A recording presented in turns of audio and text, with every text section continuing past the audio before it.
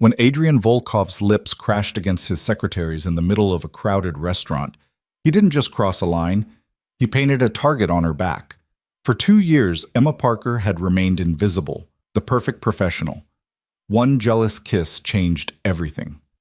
Now the most dangerous man in New York had publicly claimed her as his, and every rival crime family in the city knew exactly how to hurt him. What started as passion would spiral into kidnapping, betrayal, and a war that would force Emma to choose between running for her life or standing beside the man who could destroy her.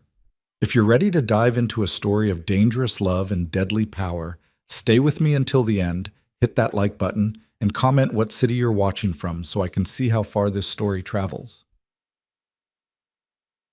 The first time Emma Parker realized she was in love with Adrian Volkov, she was standing in his office at 2 in the morning, watching him destroy a man's life with nothing more than a phone call. She'd been his personal secretary for exactly 11 months, long enough to understand the rules. Short enough that the fear still felt fresh every single morning when she walked through those heavy oak doors. Adrian sat behind his massive mahogany desk, his dark eyes cold as winter steel, his voice barely above a whisper as he spoke into the phone. "You have 48 hours to return what you took. After that, I won't be calling you. I'll be visiting your family." He hung up without waiting for a response. Emma stood perfectly still by the door, tablet in hand, her face carefully neutral. She'd learned that lesson her first week. Never react, never show fear, never, ever ask questions about the things she saw and heard. "The Carlyle contracts?" Adrian's voice cut through the silence. "Signed and filed," Emma replied smoothly. "The offshore accounts have been verified. Everything's ready for tomorrow's meeting." He nodded once, dismissing her. Emma turned to leave, her heels clicking softly against the marble floor. "Emma." She stopped, her heart suddenly hammering against her ribs. In 11 months, Adrian had never called her back, never used her first name. It was always Miss Parker in that detached, professional tone that reminded her exactly what she was. An employee. Nothing more. She turned slowly. "Yes, Mr. Volkov?" For just a moment, something flickered in his eyes, something almost human. Then it was gone, replaced by that impenetrable wall he wore like armor. "Go home. Get some sleep. Tomorrow's going to be a long day." It was the closest thing to kindness he'd ever shown her. That was the night Emma understood she was falling for a man who would never, could never, fall for her. 2 years later, Emma had perfected the art of invisibility. She arrived at Adrian's penthouse office every morning at exactly 7:30. She knew his coffee order by heart: black, no sugar, hot enough to burn. She answered his phones, managed his schedule, kept his secrets, and asked no questions about the men in expensive suits who visited at odd hours or the conversations that stopped the moment she entered a room. She was efficient, professional, indispensable, and completely, hopelessly in love with a man who barely looked at her. "Miss Parker." Emma glanced up from her computer to find Adrian standing in the doorway of his private office, his dark suit perfectly tailored, his expression unreadable as always. "The Henderson meeting's been moved to 3, she said automatically. "I've already rearranged your afternoon schedule. The contracts for the shipping acquisition are on your desk. And your brother called. He wants to know if you're coming to dinner on Sunday." Adrian's jaw tightened slightly at the mention of his brother. "Tell Dmitri I'm busy." "I already did. He said to tell you that if you don't show up, he's coming here." For the first time that morning, Adrian's lips curved into something that might have been a smile. Might have been. "Of course he did." He crossed to her desk, and Emma forced herself to keep breathing normally. Even after 2 years, his presence still affected her. The way he moved, controlled, and predatory. The way his dark eyes seemed to see straight through people. The dangerous power that radiated from him like heat from a flame. "I need you to clear my schedule for lunch today," Adrian said quietly. Emma's fingers froze over her keyboard. In 2 years, Adrian had never once cleared his lunch schedule. He either worked through lunch or had business meetings at expensive restaurants where deals were made and threats were delivered over perfectly cooked steaks. "All of it?" she asked carefully. "All of it." He didn't offer an explanation. He never did. Emma pulled up his calendar and started making calls, rescheduling meetings and rearranging appointments while Adrian disappeared back into his office. She tried not to wonder where he was going, who he was meeting. She especially tried not to imagine that it might be a woman. It wasn't her business. It couldn't be her business. Adrian Volkov didn't date. He didn't do relationships. He had occasional arrangements. Women who understood what they were getting into. Women who knew better than to expect anything beyond a few expensive dinners and nights in luxury hotels. Emma had seen them come and go over the past 2 years. Beautiful women, sophisticated women. Women who looked like they belonged on Adrian's arm. Women who were nothing like her. She was just his secretary. The woman who kept his life organized and his secrets buried. Nothing more. By 11:30, Emma had successfully cleared Adrian's afternoon and was deep into reviewing contracts when her phone buzzed. A text from her college roommate, Jessica. "Lunch today?" "Same place." "I have so much to tell you." Emma smiled. Jessica had been trying to set her up on dates for the past 6 months, insisting that Emma needed to get out there and meet someone nice, someone normal, someone who worked a regular job and didn't have a private security team or offshore bank accounts in the Cayman Islands. Perfect. See you at noon. She grabbed her purse and coat, stopping by Adrian's office to let him know she was leaving. "I'll be back by 1:30, she said from the doorway. Adrian glanced up from his laptop, his dark eyes unreadable. "Take your time." Emma nodded and headed for the elevator, trying to ignore the strange tension in his voice. The restaurant was a small Italian place 3 blocks from Adrian's building. Cozy, warm, the kind of place where normal people had normal lunches and talked about normal things. Emma slid into the booth across from Jessica, who was already halfway through a glass of wine and practically vibrating with excitement. "Okay, so I know I said I wouldn't do this again," Jessica started, barely waiting for Emma to sit down. "But I met someone absolutely perfect for you," Emma groaned. "Jess, no, listen. His name is Marcus. He's an architect. He's smart, funny, gorgeous, and, get this, completely normal. No criminal empire. No mysterious business dealings. Just a regular guy with a regular job." "I'm not interested in dating right now," Emma said automatically, the same response she'd been giving for 2 years. "You're never interested in dating," Jessica countered. "You spend all your time working for that boss of yours. What's his name again? Adrian?" "Mr. Volkov," Emma corrected, her professional mask sliding into place even here, even with her best friend. Jessica rolled her eyes. "Right. Mr. Mysterious Billionaire who definitely isn't doing anything illegal." If only she knew. "I'm serious, Em. You're 28 years old. You can't spend your entire life being some workaholic's secretary. You deserve someone who actually sees you, who appreciates you." Emma's chest tightened. She did feel invisible most days. Walking through Adrian's world like a ghost, present but never truly seen. Except for those rare moments when his dark eyes would meet hers across a room, and for just a second she could almost believe, no. She couldn't let herself think like that. "Just meet him," Jessica pressed. "1 coffee. What's the worst that could happen?" Emma sighed. "Fine. 1 coffee." Jessica's face lit up. "Perfect. He's actually here. I invited him to join us." "You what?" But it was too late. A tall, handsome man with sandy brown hair and a warm smile was already approaching their table. "Emma, this is Marcus," Jessica said brightly. "Marcus, Emma." Marcus extended his hand, his smile genuine. "It's great to meet you. Jess has told me so much about you." Emma shook his hand, shooting Jessica a look that promised retribution later. "All good things, I hope." "Absolutely." Marcus slid into the booth next to Jessica. "She said you work in corporate management?"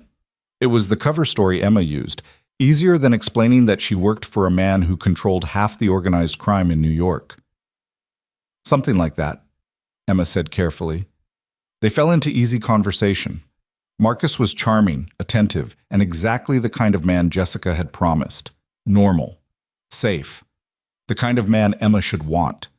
But as he talked about his latest architectural project, Emma found her mind drifting, wondering if Adrian had left for his mysterious lunch appointment, wondering who he was with, wondering why it bothered her so much. She was so lost in thought that she didn't notice the shift in the restaurant's atmosphere until it was too late. The conversations around them died first. Then the temperature seemed to drop 10 degrees. Emma looked up and felt her heart stop. Adrian Volkov stood at the entrance of the restaurant, his dark eyes locked on her with an intensity that made her skin burn. He wasn't supposed to be here. This was her place, her normal lunch spot, her escape from his world. But there he stood, looking like he'd stepped out of a nightmare, or a fantasy. His black suit was perfectly tailored, his expression carved from ice, and the two men flanking him were clearly security. Everyone in the restaurant seemed to sense the danger radiating from him. Conversations faltered, people shifted uncomfortably in their seats, and Adrian never took his eyes off Emma. More specifically, off Emma sitting across from another man. "Emma?" Marcus's voice seemed to come from very far away. "Are you okay? You look like you've seen a ghost." She couldn't breathe, couldn't think, because Adrian was crossing the restaurant toward them, and the look in his eyes was something she'd never seen before. Something dark, possessive, dangerous. "Mr. Volkov," Emma managed, her voice barely steady as she stood up. "What are you—" He didn't let her finish. In one smooth motion, Adrian's hand cupped the back of her neck, pulling her toward him. His other hand settled on her waist, anchoring her against him. And then he kissed her. Not a polite kiss, not a professional kiss, a claiming. His lips crashed against hers with a hunger that stole the breath from her lungs. The kiss was demanding, possessive, a public declaration that Emma belonged to him. The restaurant went completely silent. Emma's mind went blank. Every thought, every question, every carefully maintained professional boundary evaporated under the heat of Adrian's mouth on hers. When he finally pulled back, his dark eyes burned into hers. "Mine," he said quietly, the single word a promise and a threat. Then he turned to Marcus, who had gone pale. "She's mine. She's always been mine." Marcus opened his mouth, then wisely closed it again, his eyes darting between Adrian and the two security guards who looked more than ready to make this situation escalate. Jessica sat frozen in the booth, her wine glass halfway to her lips, her eyes wide with shock. Adrian's hand remained on Emma's waist, his grip firm but not painful, possessive but careful. "We're leaving." It wasn't a request. Emma's legs felt like water, but she managed to grab her purse. I have to get back to work anyway." She shot Jessica an apologetic look, but her friend was still too stunned to respond. Adrian guided Emma out of the restaurant, his hand never leaving her waist. The security guards fell into step behind them, creating a protective barrier that made it clear this wasn't up for discussion. They climbed into the back of Adrian's black Mercedes, the door closing with a soft click that sounded like a prison cell locking. The moment they were alone, Emma found her voice. "What the hell was that?" Her hands were shaking, her heart racing so fast she thought it might explode. Adrian's jaw was tight, his eyes straight ahead. "Who was he?" "A friend of a friend. We were having lunch. That's what normal people do, Mr. Volkov. They have lunch with friends." "He was looking at you like you were his. He was being polite. He was touching your hand." Emma blinked. "He handed me a menu. That's not—" "You're mine." Adrian's voice was deadly quiet. "I don't share what's mine." The possessiveness in his tone sent a shiver down Emma's spine. Part fear, part something else entirely. "I'm your secretary," Emma said carefully, trying to inject some reality into this insane situation. "I work for you. That doesn't make me yours." Finally, Adrian turned to look at her, and the intensity in his dark eyes nearly stopped her heart. "You've been mine since the day you walked into my office," he said quietly. "I've just been too much of a coward to claim you." Emma's world tilted. "You... what?" 2 years, Emma. 2 years I've watched you. 2 years I've wanted you. 2 years I've told myself to stay away because you deserve better than this. Better than me." His hand moved to cup her face, his thumb tracing her cheekbone with unexpected gentleness. "But seeing you with him, seeing another man look at you the way I've wanted to look at you," his voice dropped to a rough whisper. "I couldn't. I won't." Emma's breath caught. Adrian... It was the first time she'd ever used his first name out loud. Something fierce and hungry flashed in his eyes.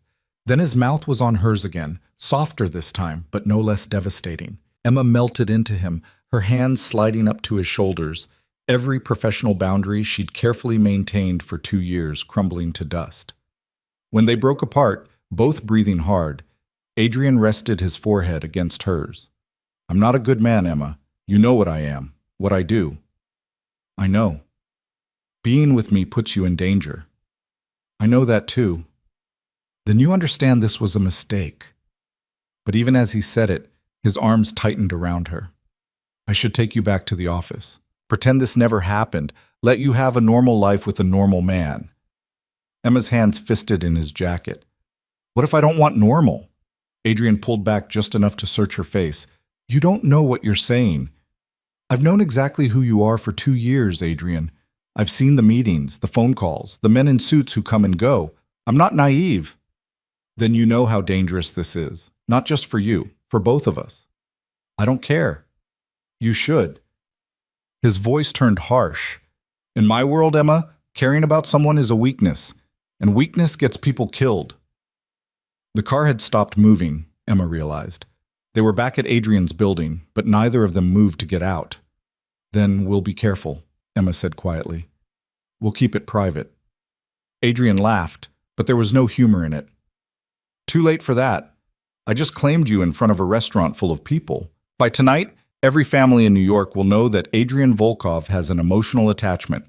The weight of what he was saying settled over Emma like ice water. You're saying I'm a target now. I'm saying you've always been a target. I've just been pretending you weren't. His hand slid through her hair. My enemies will see you as my weakness. They'll try to use you against me. Then what do we do? Adrian's expression hardened into something cold and calculating. The crime boss who ruled New York with an iron fist. We don't hide. We don't run. We make it clear that you're not just mine. You're protected. Untouchable. How? His dark eyes met hers with absolute certainty. By making you family. Watch.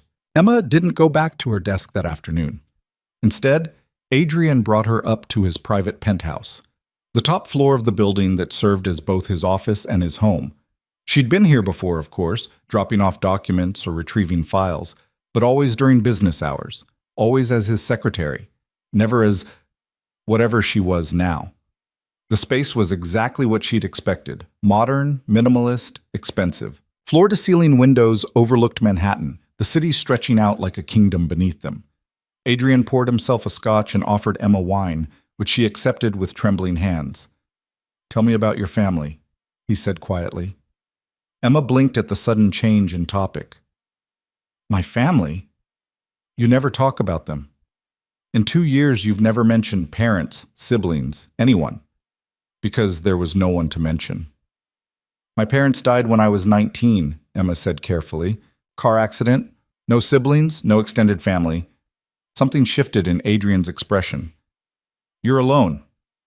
I have friends, Jessica, a few others from college. But no one who would ask questions, no one who would demand to know where you are or who you're with. The clinical way he said it made Emma's stomach twist. Is that why you hired me? Because I was isolated? No. Adrian set down his glass and crossed to her, his movements controlled and predatory. I hired you because you were brilliant, organized, professional. The fact that you had no ties was fortunate. Fortunate for what? For this. His hand cupped her face. For us. For keeping you safe. Emma's heart raced. I still don't understand what you're planning. Adrian's thumb traced her lower lip.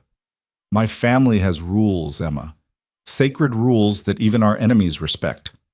One of them is simple. Family is off limits. You don't touch another man's wife. You don't use his children as leverage. You don't target his blood. Emma's breath caught. You want to marry me. I want to protect you. Marriage is the fastest way to do that. That's insane. We can't just... In my world, we can do whatever we want. His voice was quiet, but absolute. I can have a marriage license filed by tomorrow, a private ceremony by the end of the week. Emma's mind reeled. This is crazy. We barely know each other. You know me better than anyone else alive, Adrian said quietly. You've seen my worst, my darkness, the things I do in the shadows, and you're still here. He wasn't wrong. Emma had seen things over the past 2 years that would send most people running. She'd filed paperwork for offshore accounts, scheduled meetings with men who had blood on their hands, kept secrets that could destroy lives. and she'd never once thought about leaving. "What if I say no?" Emma whispered. Adrian's expression didn't change, but something flickered in his eyes. Pain, maybe, or resignation. "Then I'll assign you a security detail, keep you safe from a distance, watch you live your life with men like Marcus." His voice turned rough. "Watch you be happy with someone who deserves you. And if I say yes, then you become part of my world completely. No more hiding, no more pretending. You'll meet my family, my associates, the people who will either protect you or try to destroy you."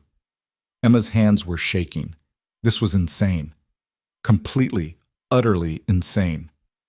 But when she looked into Adrian's dark eyes, she saw something that made her chest ache. Vulnerability. The most dangerous man in New York was standing in front of her, offering her everything, and terrified she would refuse. "I need time to think," Emma said quietly. Adrian nodded slowly, stepping back. "Of course. Take all the time you need." But they both knew the clock was already ticking. By tonight, word would spread. Emma Parker, Adrian Volkov's secretary, had been publicly claimed by the boss himself.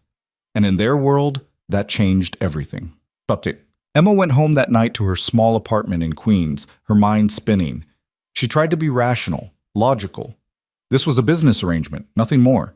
Adrian wanted to protect her, and marriage was the most efficient solution. But the way he'd kissed her hadn't felt like business. The way he'd looked at her hadn't felt like protection. It had felt like possession, like hunger, like 2 years of restraint finally breaking. Emma poured herself a glass of wine and stared out her apartment window at the city below. She could say no, walk away, go back to her normal life. Except she'd never had a normal life, had she? Even before Adrian, she'd been alone, going through the motions, existing but not really living.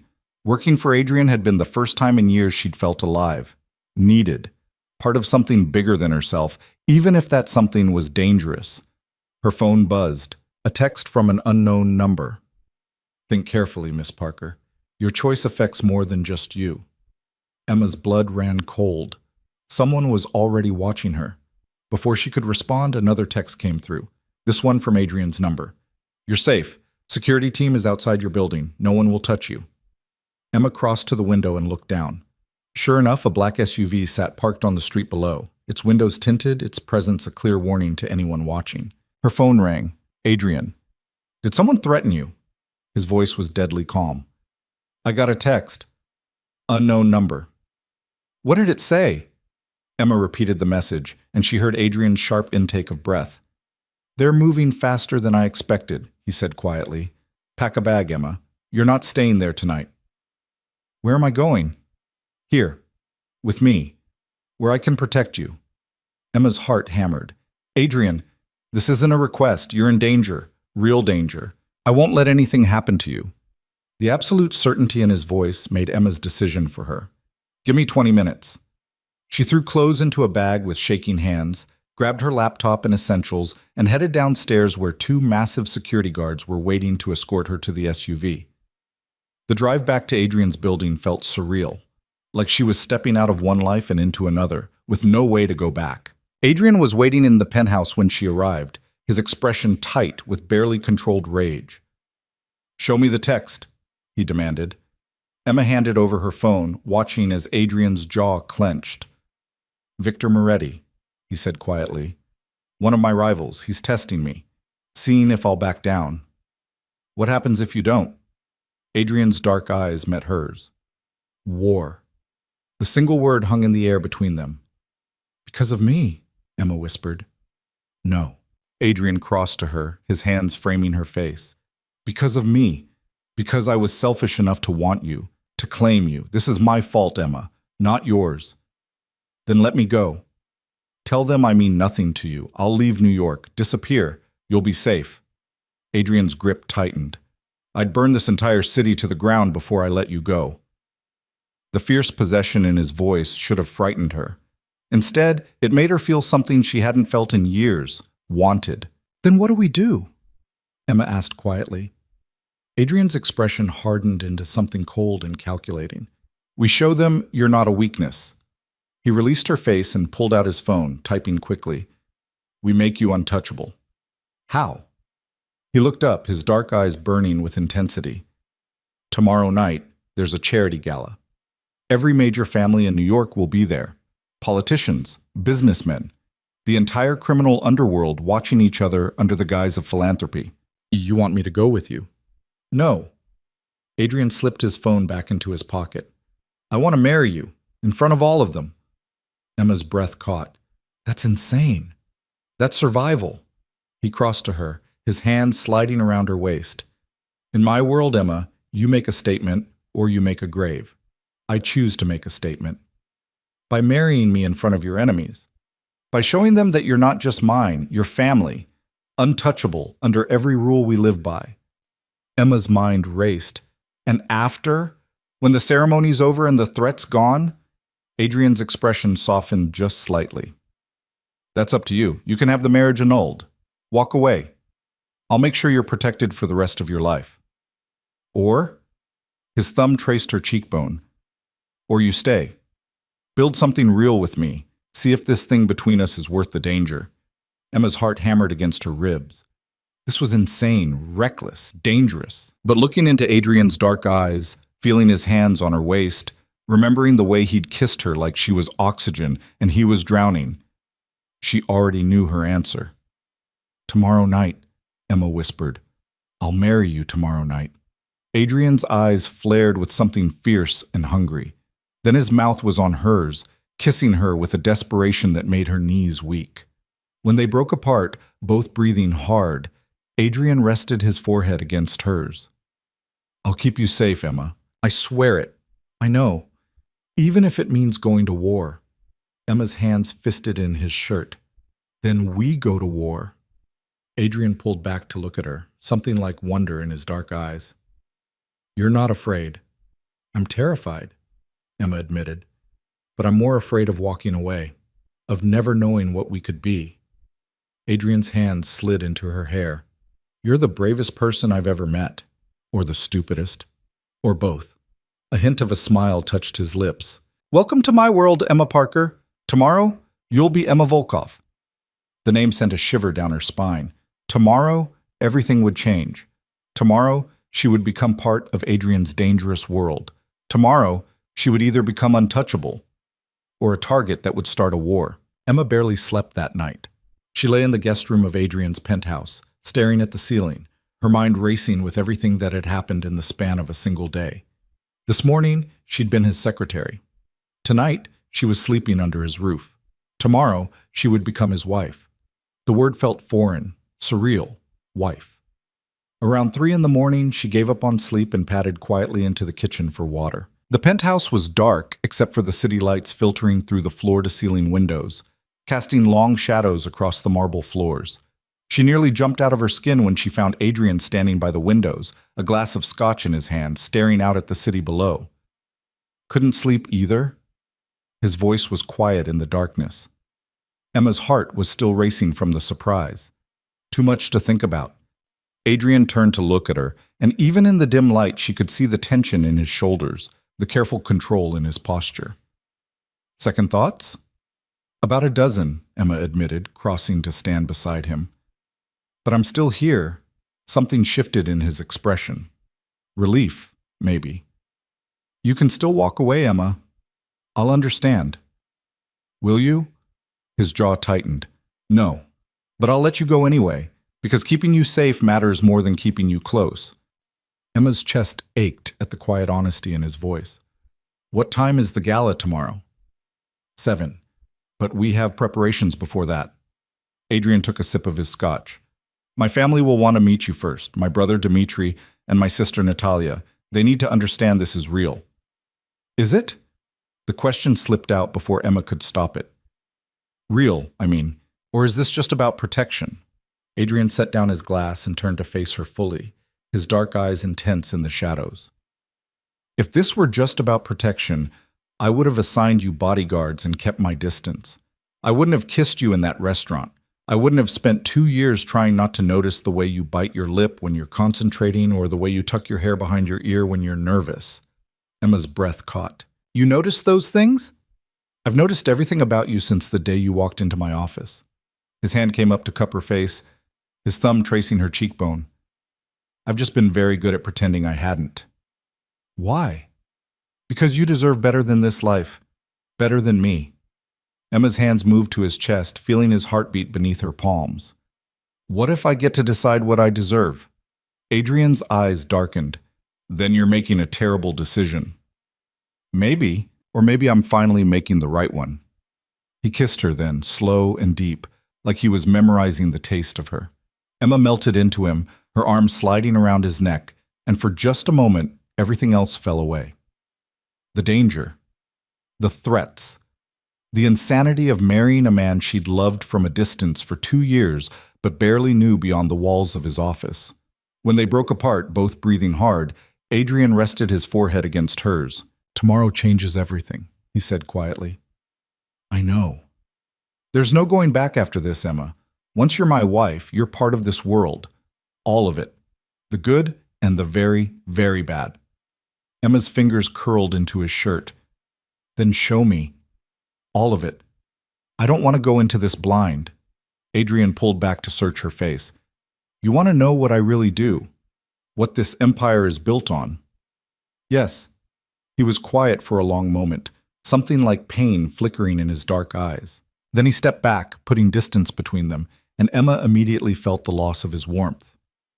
My grandfather came to America with nothing, Adrian said quietly, his voice taking on a storytelling cadence. He built an empire from the ground up, shipping, real estate, legitimate businesses that made millions. But he also understood that in certain circles, power comes from fear, from being willing to do what others won't. He turned back to the window, his reflection ghostly in the glass. My father inherited that empire, expanded it, made alliances with other families, created a network that controls everything from the docks to City Hall, money laundering, protection rackets, strategic acquisitions of businesses that refuse to cooperate. Emma listened quietly, her heart steady despite the weight of his words. I inherited all of it when my father died 5 years ago, Adrian continued. The legitimate businesses and the shadow empire beneath them. And I've worked very hard to keep those two worlds separate. To build something that can exist without the violence and bloodshed that destroyed my father. He looked at her then, his expression raw and honest in a way she'd never seen. But I'm still my father's son, Emma. I still make deals in dark rooms. I still handle problems that the law can't touch. I've hurt people, destroyed lives, done things that would make you run if you knew the details. Have you killed anyone? Emma's voice was steady, but her heart hammered in her chest. Adrian's jaw tightened. Yes. The single word hung in the air between them. Emma should have been horrified, terrified, running for the door. Instead, she crossed back to him, her hands sliding up his chest. Were they trying to hurt you? Your family? Yes. Then you protected what was yours. Emma's voice was quiet, but certain. That doesn't make you a monster, Adrian. That makes you dangerous. There's a difference. Something shifted in his eyes. Wonder, maybe, or disbelief. How are you not afraid of me? Because I've seen you, Adrian. Really seen you. I've watched you donate millions to children's hospitals while pretending you don't care. I've seen you give second chances to people who failed you. I've watched you choose mercy when violence would have been easier. Her hands framed his face, forcing him to look at her. You're not your father. You're not the monster you think you are. You're a man trying to build something better while carrying the weight of an empire you never asked for. Adrian's hands covered hers, his grip almost desperate. You see the best in me when there's so little good left. Then let me keep looking. Let me find all the good you think you've lost. He kissed her again, harder this time, like she was an anchor keeping him from drowning in darkness. Emma kissed him back with everything she had, pouring 2 years of unspoken feelings into the press of her lips against his. When they finally broke apart, Adrian's voice was rough with emotion. Stay with me tonight. Not in the guest room, here, with me. It wasn't a demand, it was a plea. Emma's answer was simple. Yes. He led her to his bedroom, a space she'd never seen before, masculine and minimal, all dark colors and clean lines. They fell into bed together, tangled in each other, kissing until Emma's lips were swollen and her body ached with want. But Adrian didn't push for more. He just held her, his arms wrapped around her like she was something precious, something worth protecting. And Emma, who had spent 2 years feeling invisible, finally felt seen. The next morning came too quickly.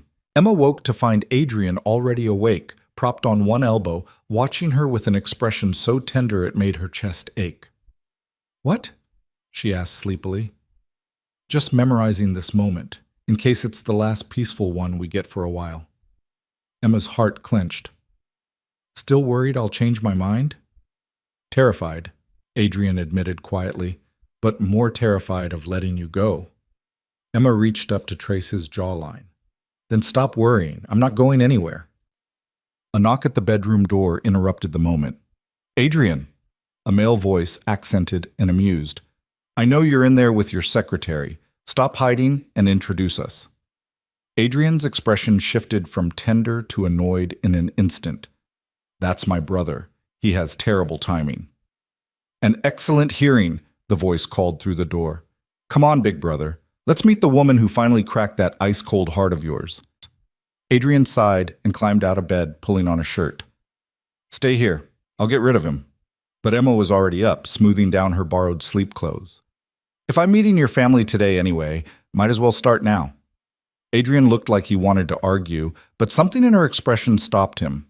Instead, he crossed to her and pressed a kiss to her forehead. "You're braver than I deserve." He opened the door to reveal a man who looked like a younger, slightly less dangerous version of Adrian. Same dark hair, same sharp features, but with warm brown eyes and an easy smile that Adrian never wore. "So it's true," Dmitri said, his gaze moving between Adrian and Emma with open curiosity. "The infamous Adrian Volkov has finally fallen for someone." "Dmitri, this is Emma Parker," Adrian said stiffly. "Emma, my younger brother Dmitri, who is about to leave. Emma Volkov by tonight, from what I hear," Dmitri said, ignoring Adrian completely and extending his hand to Emma. "It's a pleasure to meet the woman who accomplished the impossible." Emma shook his hand, finding his grip warm and genuine. "The impossible?" "Making my brother feel something other than cold calculation." Dmitri's smile was teasing but kind. "He's been a ghost for 5 years. It's good to see him human again." "Dmitri!" Adrian's voice held a warning. "What?" "I'm being nice. You should try it sometime." Dmitri turned back to Emma. "Our sister is on her way up. She's less diplomatic than I am, so prepare yourself." As if on cue, the elevator dinged, and a stunning woman with Adrian's dark eyes and sharp cheekbones strode into the penthouse like she owned it. Natalia Volkov was every bit as intimidating as her older brother, but in a completely different way. Where Adrian was cold control, Natalia was fire barely contained. She wore a designer suit like armor and carried herself with the confidence of someone who had never been told no. She took one look at Emma and raised an eyebrow. "This is her? The secretary?"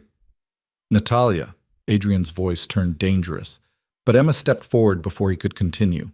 She'd spent 2 years navigating Adrian's world, learning to read danger and power. She wouldn't be intimidated now. "Emma Parker?" she said calmly. "Soon to be Emma Volkov. And yes, I was Adrian's secretary. Now I'm something else entirely."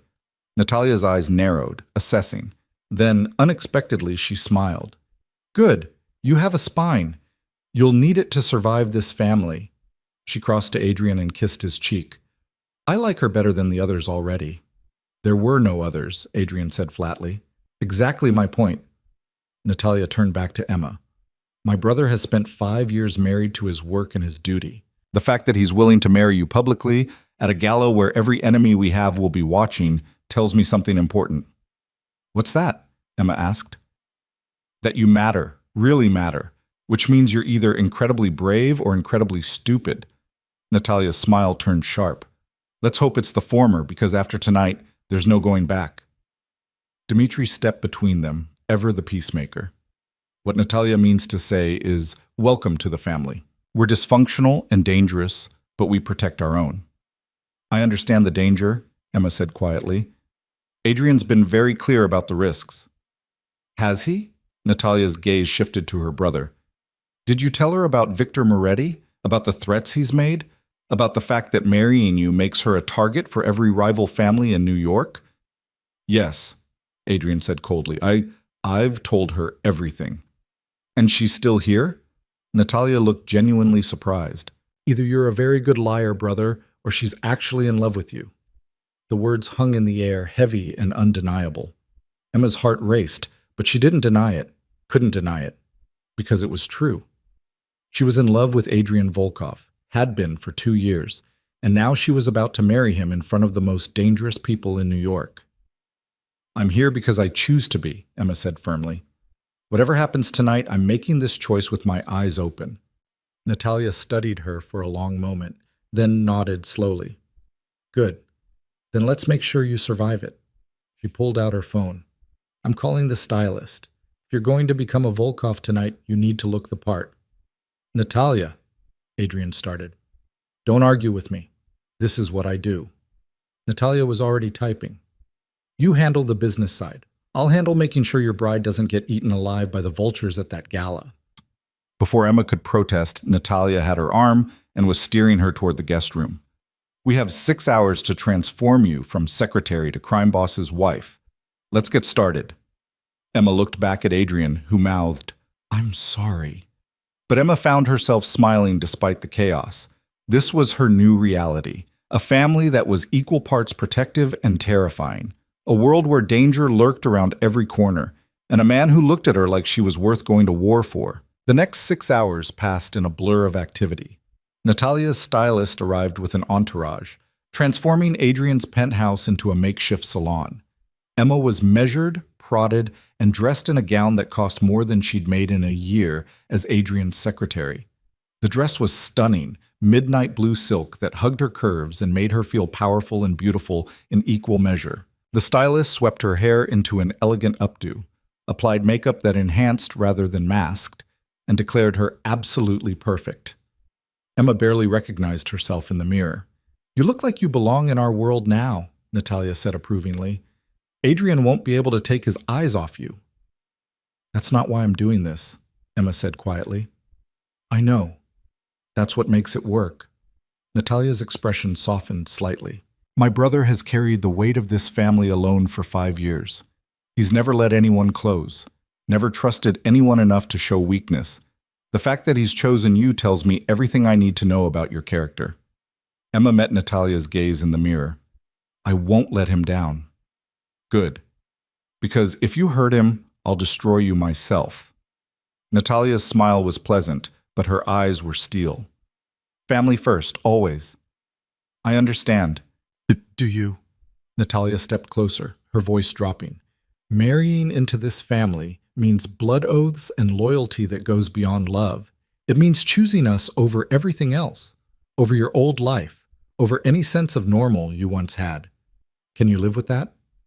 Emma thought about her small apartment in Queens, her quiet life, her coffee dates with Jessica, and her normal, safe existence. Then she thought about Adrian's arms around her last night, the way he'd looked at her like she was something precious, the vulnerability in his eyes when he admitted he'd noticed her for 2 years. "Yes," Emma said firmly. "I can live with that." Natalia studied her for another moment, then nodded. "Then let's go make you a Volkov." The gala was held at the Grandview Hotel, one of the most prestigious venues in Manhattan. Emma arrived with Adrian, flanked by Dmitri and Natalia, with a security team that made it clear they were not to be trifled with. The ballroom was already filled with New York's elite, politicians in expensive suits, businessmen with carefully neutral expressions, and families that Emma recognized from news reports and whispered conversations in Adrian's office. Everyone turned to look when they entered. Emma kept her chin high, her hand steady in Adrian's, and let his presence beside her give her strength. "They're all watching," she murmured. "Let them." Adrian's voice was cold and controlled, but his hand tightened around hers.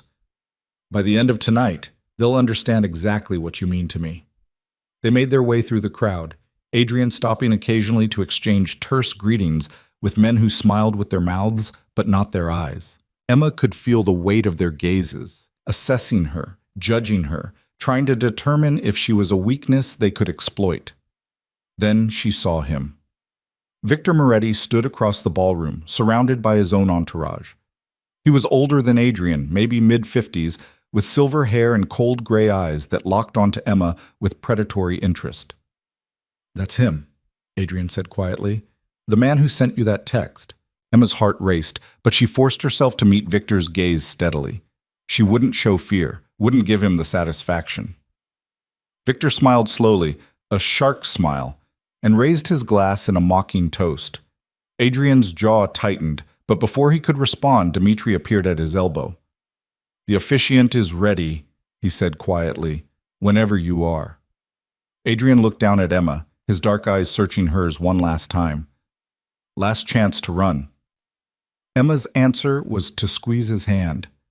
Not a chance. Something fierce and possessive flashed in Adrian's eyes. Then he led her to the front of the ballroom, where a small platform had been set up. The crowd quieted as Adrian stepped forward, his presence commanding absolute attention. "Thank you all for coming tonight," he said, his voice carrying across the ballroom with natural authority. "I know you're here for the charity auction, but before we begin, I have an announcement to make." He turned to Emma, his hand still holding hers, and the look in his eyes made her breath catch. 2 years ago, Emma Parker walked into my life as my secretary. Efficient, professional, invisible to everyone but me. I've spent those 2 years trying to convince myself that keeping my distance was the right thing to do, that someone as good as her deserved better than someone like me. His thumb traced circles on the back of her hand, a gentle gesture that contrasted with the deadly serious expression on his face. But yesterday, I realized something. Life is too short and too dangerous to waste on fear. So tonight, in front of all of you, I'm claiming what's mine. He turned to the officiant, a small man who looked terrified to be the center of so much dangerous attention. Let's begin. The ceremony was short, efficient, and absolutely binding. Emma repeated the vows in a steady voice, her eyes never leaving Adrian's. When he slid the ring onto her finger, a stunning diamond that caught the light like captured fire, she felt the weight of what they were doing settle over her like a mantle. "By the power vested in me by the state of New York," the officiant said nervously, "I now pronounce you husband and wife."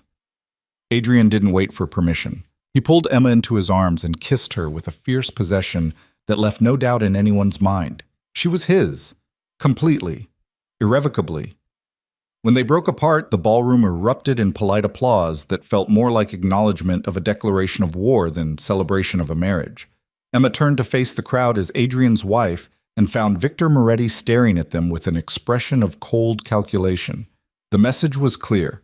The game had changed, and Victor was already planning his next move. Adrian kept Emma close for the rest of the gala, his hand never leaving the small of her back, his presence a constant shield against the predatory gazes that followed them through the ballroom. The ring on Emma's finger felt heavy with meaning.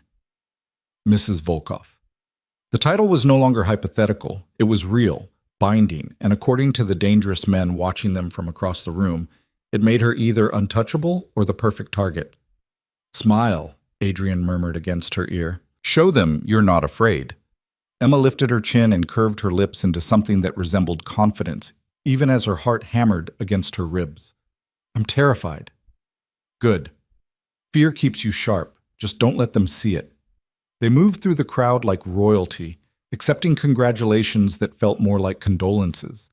Politicians shook Adrian's hand with forced smiles. Business associates offered polite words while their eyes calculated what this marriage meant for existing alliances. And the other families, the ones who operated in shadows and dealt in blood, watched with expressions that ranged from curious to hostile. Victor Moretti hadn't approached them yet, but Emma could feel his gaze like ice against her skin. "He's waiting," Dimitri said quietly, appearing beside them with 2 glasses of champagne. "Letting the tension build. It's a power play." "Let him wait." Adrian took one of the glasses and handed it to Emma. "He'll make his move eventually. They always do." Natalia joined them, her expression tight. "The Kozlov family just arrived. Alexei's with them." Something shifted in Adrian's posture, a subtle tension that Emma had learned to recognize as dangerous. Alexei shouldn't be here. He was banned from family events after the incident. Apparently, Victor invited him as a guest. Natalia's voice was sharp with contempt. "He's trying to provoke you." "Who's Alexei?" Emma asked quietly. Adrian's jaw tightened. "My cousin. We had a disagreement about business practices 6 months ago. I removed him from the family operations after he decided torture was an acceptable negotiation tactic. Emma's blood ran cold. And Victor invited him here to send a message. Adrian's dark eyes scanned the ballroom until they found a younger man with the same sharp Volkov features standing beside Victor Moretti with a smile that made Emma's skin crawl. That the rules I've tried to establish don't matter, that violence is always the answer. Emma's hand tightened around her champagne glass. What do we do? Nothing. Adrian's voice was cold steel. We continue as planned. Victor wants a reaction. We don't give him one. But the universe had other plans. Alexei Volkov crossed the ballroom with Victor at his side, both men wearing expressions of calculated menace. The crowd parted for them like the Red Sea, everyone sensing the coming confrontation. Cousin, Alexei said, his accent thicker than Adrian's, his smile sharp as broken glass. Congratulations on your wedding. How unexpected. Alexei. Adrian's voice held no warmth. You weren't invited. I'm Victor's guest. Surely that counts for something in your new world order. Alexei's gaze slid to Emma, and something predatory flickered in his eyes. And this must be the blushing bride, the secretary who caught the Ice King's heart. How charming. Emma felt Adrian tense beside her, his hand on her back a warning to stay calm. Emma is my wife, Adrian said quietly, each word precisely enunciated. Which means she's family. I suggest you remember that. Family. Alexei laughed, but there was no humor in it.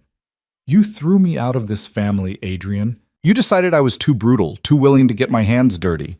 And now you lecture me about remembering family bonds?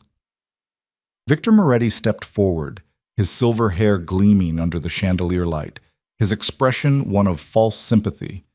Now, this is a celebration, not a time for old grievances.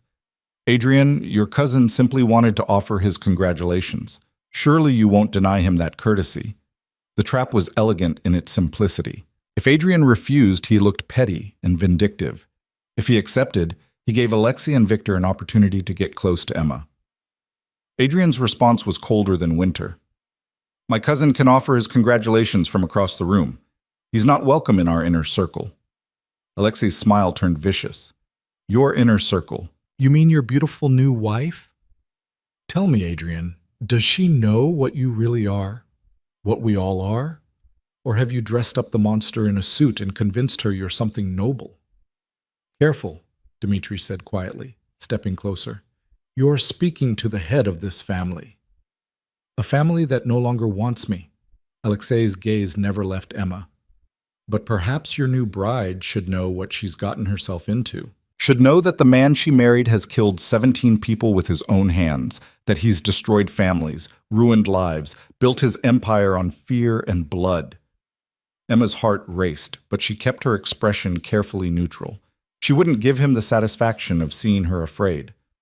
I know exactly who I married, she said clearly, her voice steady, despite the fear coursing through her veins. And unlike you, I understand the difference between necessary violence and cruelty for its own sake.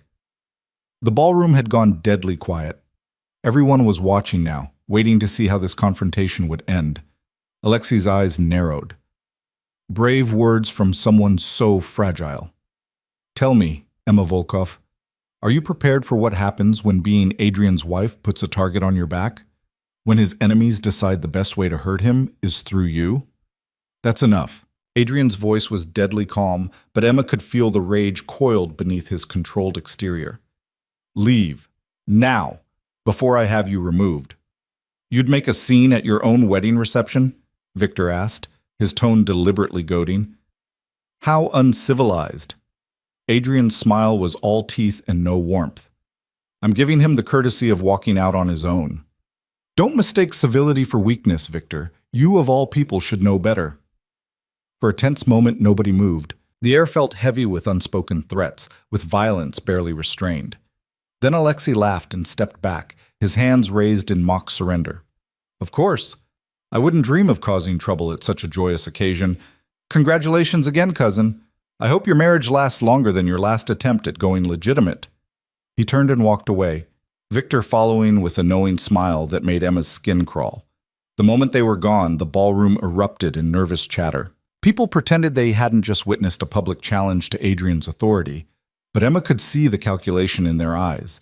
The way they were already choosing sides for the war, everyone knew was coming. "We're leaving," Adrian said quietly. "Dmitri, Natalia, handle the rest of the evening. Make our apologies."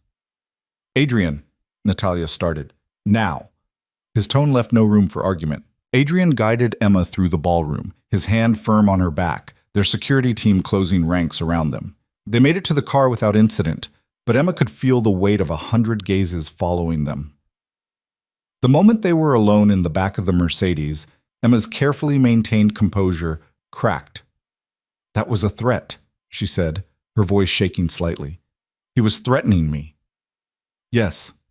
Adrian's jaw was tight, his hands clenched into fists, and he did it publicly, in front of everyone, to show that marrying you hasn't made you untouchable. It's made you a target. Emma's mind raced. "You said family was off limits, that there were rules." "There are, but Victor and Alexei are testing those rules, seeing if I'll enforce them or if my attempts at going legitimate have made me soft." Adrian turned to look at her, and the fury in his dark eyes was terrifying. "They're wrong. I'm not soft. I'm strategic, and they just made a fatal mistake." "What are you going to do?" "Protect you. Eliminate the threat. Show everyone in New York that touching what's mine has consequences." His hand moved to cup her face, his touch gentle despite the violence in his voice. "I won't let them hurt you, Emma. I swear it." Emma leaned into his touch, her heart still racing. "I'm not sorry I married you, even knowing what's coming." Something softened in Adrian's expression. "You should be. I've put you in danger." "No, I walked into this with my eyes open. You gave me a choice, and I chose you." Emma's hand covered his. "So what do we do now?" Adrian's smile was cold and calculating. "Now we go to war, but not the way they expect. Victor and Alexei think I'll retaliate with violence, strike back hard and fast. But that's what they want. It gives them justification to escalate. So what's the alternative? We hit them where it really hurts, their operations, their money, their power base." Adrian's eyes glittered with dangerous intelligence. "By the end of the week, Victor Moretti will be begging for peace, and Alexei will understand exactly why I'm the head of this family." The car pulled up to Adrian's building, and they rode the elevator to the penthouse in silence. But the moment the doors closed behind them, Adrian pulled Emma into his arms, holding her like she was the only thing keeping him grounded. "I'm sorry," he said quietly against her hair. "I'm sorry for dragging you into this, for making you a target, for putting you in danger." Emma's arms tightened around him. "Stop apologizing for giving me a life that matters, for making me feel seen. For 2 years I was invisible. Now I'm the wife of the most powerful man in New York. That's not something to apologize for." Adrian pulled back to look at her, his dark eyes searching hers. "You're not afraid. I'm terrified, but I'm also exactly where I want to be." He kissed her then, fierce and desperate, and Emma kissed him back with everything she had. They stumbled toward the bedroom, shedding expensive clothes and careful pretenses, until there was nothing between them but skin and want, and 2 years of restrained desire finally unleashed. Adrian made love to her like she was precious and dangerous in equal measure, his hands worshipping every inch of her skin, his mouth following the path his fingers traced. Emma lost herself in him, in the feeling of finally being completely known and absolutely wanted. Afterward, they lay tangled together in the darkness, the city lights casting shadows across the ceiling. "What happens tomorrow?" Emma asked quietly. Adrian's fingers traced lazy patterns on her shoulder. "Tomorrow, we start dismantling Victor's operation. I've already set things in motion. 3 of his major shipments will be intercepted by federal agents. Anonymous tips about his money laundering operations will reach the right people. His political connections will suddenly find themselves under investigation." Emma propped herself up on one elbow to look at him. "You planned this before tonight." "I've been planning this since he sent you that text message. Tonight just gave me the excuse to execute." Adrian's expression was cold and calculating. "Victor made a critical error. He threatened what's mine. Now he pays the price." "And Alexei?" "Alexei is more complicated. He's family, even if I've disowned him. Killing him would start a civil war within the Volkov organization, But there are other ways to neutralize a threat. Adrian's fingers moved to trace Emma's jawline. I'm going to give him a choice. Leave New York permanently, or face the consequences of continued defiance. Will he leave? Probably not. Alexei's always been ambitious, reckless. He sees this conflict as an opportunity to take what he thinks should be his. Adrian's voice turned hard. Which means eventually I'll have to put him down. Permanently. Emma's heart clenched at the casual way he talked about killing his own cousin. This was the reality of Adrian's world, of her world now, violence and blood and choices between survival and morality. I won't let you do it alone, she said quietly. Adrian's eyes widened. Emma! I'm not saying I'll pull the trigger, but I won't hide while you make impossible choices. I won't be the helpless wife who needs protecting from the ugly truth. If we're doing this, we're doing it together. Something fierce and possessive flashed in Adrian's eyes. You're going to get yourself killed. Then you'll just have to make sure I don't. Emma kissed him softly. I'm serious, Adrian. I didn't marry you to be kept in a gilded cage. I married you to be your partner, in everything.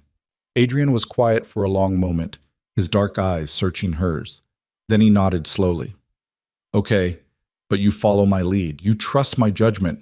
And if I tell you to run, you run. No arguments. Deal. He pulled her close again, his arms wrapping around her like he could physically shield her from the dangers ahead. I love you, he said quietly, the words raw and honest in the darkness. I've loved you since the day you corrected my grammar on a contract and didn't even blink when I glared at you. I'm sorry it took me 2 years and a jealous rage to admit it. Emma's breath caught. It was the first time he'd said the words out loud. I love you too, she whispered. Even though you're dangerous and complicated and probably going to get me killed. Adrian laughed, a genuine sound that Emma had rarely heard. Probably, but what a way to go. They fell asleep tangled together, and for one night, the world outside ceased to exist. But morning came too quickly, bringing with it the consequences of the previous night's confrontation. Emma woke to find Adrian already dressed in a dark suit, standing by the windows with his phone pressed to his ear, his expression grim. When? He said sharply. Then, after a pause, how many casualties? Emma sat up, her heart racing. What happened? Adrian held up one finger, listening to whoever was on the other end of the line. Lock down all our operations. Double security on the warehouses. I want eyes on Victor and Alexei 24/7. He paused. And get Emma a personal security detail. 3 guards, rotating shifts. I don't want her alone for a second. He hung up and turned to Emma, his expression carefully controlled but his eyes burning with fury. Victor moved faster than I expected. Last night, 3 hours after we left the gala, one of our shipments was hijacked. $5 million in merchandise, gone. 2 of our men were killed in the process. Emma's blood ran cold. He's retaliating. He's declaring war. Adrian crossed to her, his hands framing her face. Which means things are about to get very dangerous, very fast. I need you to stay here, in the penthouse, with security. No. Emma stood, wrapping the sheet around herself. You just promised me last night that we'd be partners, that I wouldn't be kept in a cage. That was before Victor killed 2 of my men. Adrian's voice turned harsh. I won't risk you, Emma, not for pride or partnership or anything else. And I won't hide while you fight a war alone. Emma's voice was steady despite her fear. You said I needed to trust your judgment. I'm asking you to trust mine. I can help. How? You're not a soldier, Emma. You're your wife, which means I'm part of this family now, part of this organization. Emma stepped closer, her hand on his chest. I know your business inside and out. I've been managing your affairs for 2 years. I know your contacts, your operations, your financial structure. Let me help coordinate things. Be your eyes and ears while you're dealing with Victor. Adrian looked torn between pride and fear. If anything happens to you, then you'll burn the city down to avenge me. I know. Emma's lips curved into a small smile. But nothing's going to happen because you're going to protect me, and I'm going to help you win this war. For a long moment, Adrian just stared at her. Then he pulled her into his arms, holding her tight. You're going to give me a heart attack. Probably, but you'll survive. He kissed the top of her head. All right. But you work from here, and you're never without security. Those are my conditions. Deal. Adrian's phone buzzed again. He glanced at it and his jaw tightened. Dmitri and Natalia are on their way up. We need to strategize. The next hour was a crash course in organized crime warfare. Dmitri arrived with detailed reports on Victor's operations, financial records that showed vulnerabilities, and intelligence about Alexei's movements. Natalia brought information about their political connections and which officials could be convinced to turn a blind eye to certain activities. Emma sat at Adrian's desk, her laptop open, cross-referencing information and identifying patterns that the others might have missed. It was eerily similar to her work as Adrian's secretary, except now the stakes were life and death instead of profit margins. Victor's largest operation is his shipping business, Emma said, studying the financial records. He moves approximately $15 million a month through the ports. If we could disrupt that, we'd cripple his cash flow, Dmitri finished. But the ports are heavily protected. He has union bosses, dock workers, even Coast Guard officials on his payroll. So we don't go after the ports directly. Emma pulled up another file. We go after his buyers. Victor's shipping business only works if he has customers. If we convince those customers to take their business elsewhere, the operation collapses on its own. Adrian leaned over her shoulder, studying the screen. That's strategic, clean, no violence required. Exactly. Emma felt a surge of satisfaction at the approval in his voice. I've been tracking his major clients. 3 of them are also doing business with you. We could offer them better rates, better protection, better service. By the time Victor realizes what's happening, he'll have lost 1/3 of his revenue. Natalia smiled slowly. I like the way you think, sister. The word sent a warm rush through Emma's chest. Sister. She was part of this family now. Not just Adrian's wife, but a Volkov in her own right. There's more, Emma continued, gaining confidence. Victor's been using shell companies to hide his money laundering operations. But if we leak the right information to the right people, the IRS will freeze his accounts. He'll have millions tied up in legal battles, unable to access the funds he needs to operate. That's brilliant, Dmitri said, leaning forward to look at the screen. How did you find all this? I've been Adrian's secretary for 2 years. I know how these operations work. I just never had a reason to weaponize that knowledge before. Emma looked up at Adrian. Is this helpful? His dark eyes burned with something that looked like pride and desire in equal measure. You're magnificent. Heat flooded Emma's cheeks, but she forced herself to focus. So we have a plan. Disrupt Victor's shipping business. Freeze his accounts. Cut off his revenue streams. All without firing a single shot. There's still the matter of Alexei, Natalia said quietly. He won't be satisfied with economic warfare. He wants blood. Adrian's expression hardened. Then we give him a choice. Stand down or face exile. If he refuses, we treat him like any other enemy. He's family, Adrian, Dmitri said carefully. He stopped being family when he allied with Victor against us. Adrian's voice was cold. Family protects family. Alexei chose to make Emma a target. That ends only one way. The room fell silent, everyone understanding the implications. Emma's phone buzzed, a text from an unknown number. Her blood turned to ice as she read it. Congratulations on your wedding, Mrs. Volkov. I hope you enjoyed your first night as Adrian's wife. It may be your last. Victor Moretti had just made this personal. Emma's hands trembled as she held up the phone, the threatening message burning into her vision like acid. Adrian was beside her in an instant, his face darkening as he read Victor's words. Son of a bitch, Dmitri breathed, reading over Adrian's shoulder. Natalia's expression turned murderous. He just signed his own death warrant. But Adrian's reaction was worse than anger. It was cold, calculated fury that turned his eyes to black ice. He took the phone from Emma's shaking hands and forwarded the message to someone in his contacts before handing it back to her. That was a mistake, Adrian said quietly, his voice deadly calm. Victor just escalated this beyond economics and territory. He made it personal. Now there are no rules. Emma's heart hammered in her chest. She'd known marrying Adrian meant danger, but seeing the threat in writing, knowing that Victor Moretti was actively planning to hurt her, made it terrifyingly real. What do we do? Her voice was steadier than she felt. Adrian's hand cupped her face, his thumb tracing her cheekbone with unexpected gentleness. We end this. Quickly and permanently. He turned to Dmitri. Contact Marcus Chen. Tell him I need a meeting. Today. Dimitri's eyebrows shot up. The dragons? Adrian, bringing them into this. Victor wants a war. I'll give him one. But not the kind he's expecting. Adrian's expression was carved from stone. Marcus owes me a favor from the port expansion deal. It's time to collect. Emma had heard whispers about Marcus Chen and the Dragons, a powerful organization that controlled most of the Asian import business on the East Coast. They operated with precision and ruthlessness that made even the Italian families nervous. You're forming an alliance, Emma said, understanding dawning. I'm showing Victor that threatening my wife has consequences that extend beyond our two families.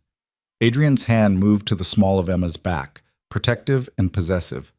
By tonight, every major organization in New York will know that hurting you means going to war with all of us. Natalia was already on her phone, her fingers flying across the screen.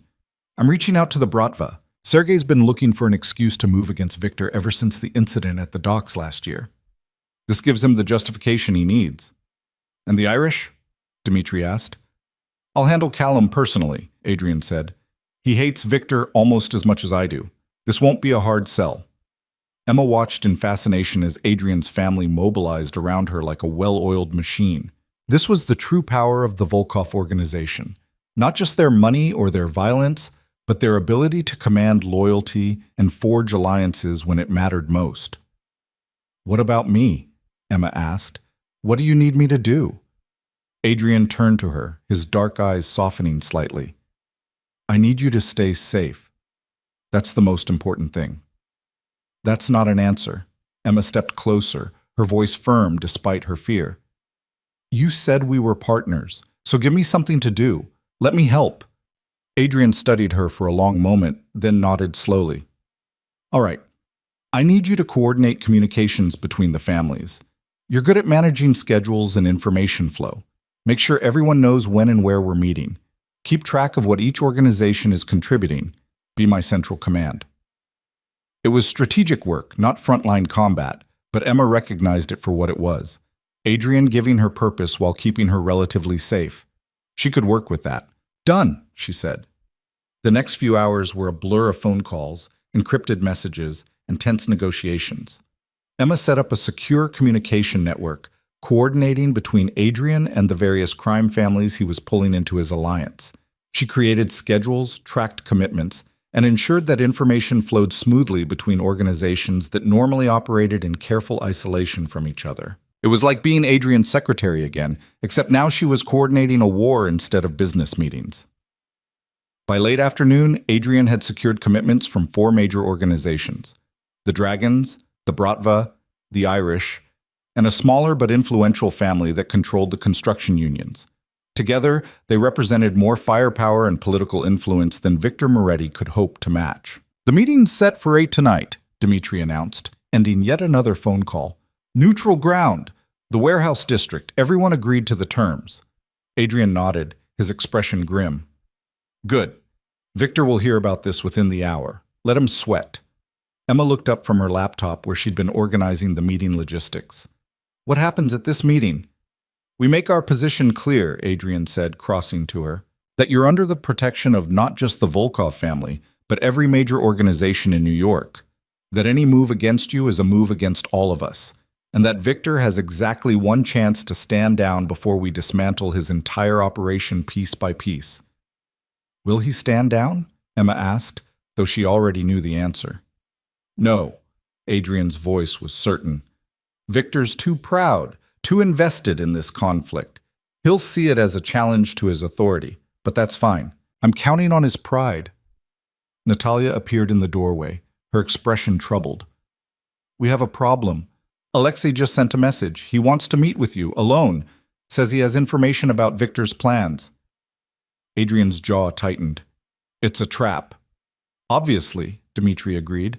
But what if he's telling the truth? What if he actually has intelligence we can use? Then he can share it at the meeting tonight with everyone else. Adrian's tone left no room for argument. I'm not walking into an ambush for information I can get elsewhere. But Emma's mind was racing. What if we use it? Everyone turned to look at her. Use what? Natalia asked. Alexei's meeting request. What if Adrian doesn't go, but we make it look like he's going? We could set a trap of our own. Draw Alexei out, see what he's really planning. Adrian's eyes narrowed thoughtfully. That's dangerous. Everything about this situation is dangerous, Emma countered. But Alexei's the wild card here. He's working with Victor, but he's also family. He knows things about your operations that Victor doesn't. If we can neutralize him before the meeting tonight, we remove one of Victor's biggest advantages. Dmitri was nodding slowly. She has a point. Alexei's insider knowledge makes him more dangerous than Victor's entire organization. If we can separate him from Victor, isolate him, we could force him to choose, Natalia finished, family or exile. Make him understand that there's no middle ground anymore. Adrian looked at Emma with something like awe. You're thinking like a Volkov. I am a Volkov now, Emma said quietly. For better or worse. Adrian pulled her into his arms, kissing her with fierce possession. When they broke apart, his expression had shifted from protective to strategically ruthless. All right, we use Alexei's meeting request, but I'm not going anywhere near it myself. Dmitri, you'll take a security team to the meeting location. Make it look like you're doing preliminary security checks for my arrival. If Alexei shows up alone and unarmed, we talk. If he brings Victor's people, you get out of there. And if he brings family? Dmitri asked carefully. Adrian's expression hardened. Then we find out exactly where everyone's loyalty lies. The plan was set in motion with military precision. Dmitri assembled a team of Adrian's most trusted security personnel, men who had been with the family for years, whose loyalty was beyond question. They would arrive at the meeting location 30 minutes early, ostensibly to secure the area for Adrian's arrival. Emma monitored everything from the penthouse, multiple screens showing security feeds, tracking everyone's positions, maintaining communication with all teams. It was nerve-wracking and exhilarating in equal measure. He's here, one of the security team reported through the comms. Alone, no visible weapons. Emma glanced at Adrian, who was listening to the same feed, his expression unreadable. Dmitri, you're clear to approach, Adrian said into his mic, but stay alert. Alexei's always been good at hiding knives. Through the security cameras, Emma watched as Dmitri emerged from the shadows to meet Alexei in the middle of the empty warehouse. The two men faced each other like gunslingers, tension crackling in the space between them. Where's Adrian? Alexei's voice came through clearly on the audio feed. Somewhere safe, Dmitri replied calmly. You wanted to talk. So talk. What information do you have? Alexei's laugh was bitter. You think I'd give away my leverage to the second son? I deal with Adrian or nobody. Then you deal with nobody. Dmitri's voice was cold. Because Adrian's not stupid enough to walk into your trap. This isn't a trap. But something flickered in Alexei's eyes that suggested otherwise. I'm trying to help. Victor's planning something big, something that will hurt the family. The family you betrayed when you allied with him? I didn't betray anyone. Alexei's voice turned sharp. Adrian exiled me, cast me out for doing what needed to be done. Victor offered me a place when my own blood turned their backs. Emma's hands clenched into fists as she watched the confrontation unfold. This was the heart of it, family loyalty twisted by pride and resentment. You always were a fool, Alexei, Dmitri said quietly. Adrian didn't exile you for being brutal. He exiled you for being reckless, for letting your ego override your judgment. And now you're proving him right by siding with a man who's using you to get to Adrian. Victor's not using me. We're partners. Partners? Dmitri laughed, but there was no humor in it. Victor's using you for inside information. The moment you're no longer useful, he'll throw you away like garbage. That's who he is. That's what he does. For the first time, uncertainty flickered across Alexei's face. You don't know what you're talking about. Don't I? Tell me, Alexei, what happens after Victor destroys Adrian? What happens to you? You think Victor will make you head of the Volkov family? Give you the power and respect you think you deserve? Dmitri stepped closer. You're a tool, nothing more. And when this war is over, you'll be left with nothing. No family, no organization, no future. Alexei's hands clenched into fists. That's a lie. Then prove it. Tell me what Victor's planning. Show me that you're still loyal to this family, and maybe there's a way back. Maybe Adrian will give you one more chance. The silence stretched between them, heavy with possibility and danger. Then Alexei shook his head slowly. It's too late for that. The choice has been made. Adrian humiliated me, threw me out like trash. I won't beg to come back. Then you've chosen exile. Dmitri's voice turned cold. After tonight's meeting, the entire city will know that the Volkov family stands united against Victor Moretti and anyone who sides with him. That includes you, cousin. Whatever protection you thought Victor could offer you, it ends tonight. We'll see about that. Alexei turned to leave, then paused. Tell Adrian he should have killed me when he had the chance. Now it's too late. He walked away into the shadows, leaving Dmitri standing alone in the warehouse. Adrian's expression was carved from granite as he listened to the exchange. When the feed went silent, he pulled off his headset and turned to Emma. Alexei made his choice. He's with Victor until the end. Emma's heart sank. She'd hoped that confronting Alexei with the truth might change his mind, might bring him back to the family. But pride and resentment ran deeper than blood. What happens now? She asked quietly. Now we prepare for the meeting, and we make sure everyone understands that threats against you will not be tolerated. Adrian pulled her close, his arms wrapping around her like a shield. I'm sorry you had to see that. See what family betrayal looks like. I needed to see it, Emma said against his chest. I needed to understand what we're really fighting against. The meeting location was a massive warehouse in the industrial district, far from prying eyes and civilian collateral. Adrian arrived with Emma at his side, flanked by Dmitri and Natalia, with a security team that made their presence felt without being overtly threatening. Inside, the warehouse had been transformed into a neutral meeting ground.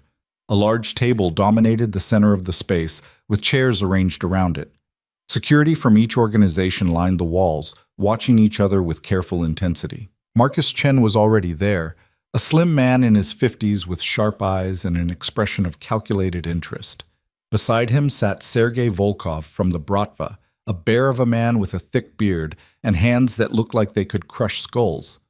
Callum O'Brien represented the Irish, younger than the others but with a reputation for ruthless efficiency.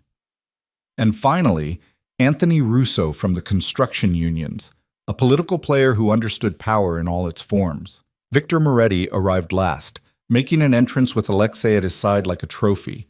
His silver hair was perfectly styled, his suit expensive, his smile confident. He looked like a man who thought he'd already won. Adrian, Victor said smoothly, taking his seat, how domestic of you to bring your wife to a business meeting. Emma is family, Adrian replied coldly, his hand on the small of Emma's back. She has every right to be here. Of course, the blushing bride. Victor's gaze slid to Emma, predatory and dismissive. Tell me, Mrs. Volkov, are you enjoying married life? I do hope you got a chance to enjoy your honeymoon, brief though it may be. The threat in his words was unmistakable. Before Adrian could respond, Marcus Chen spoke up, his voice carrying quiet authority.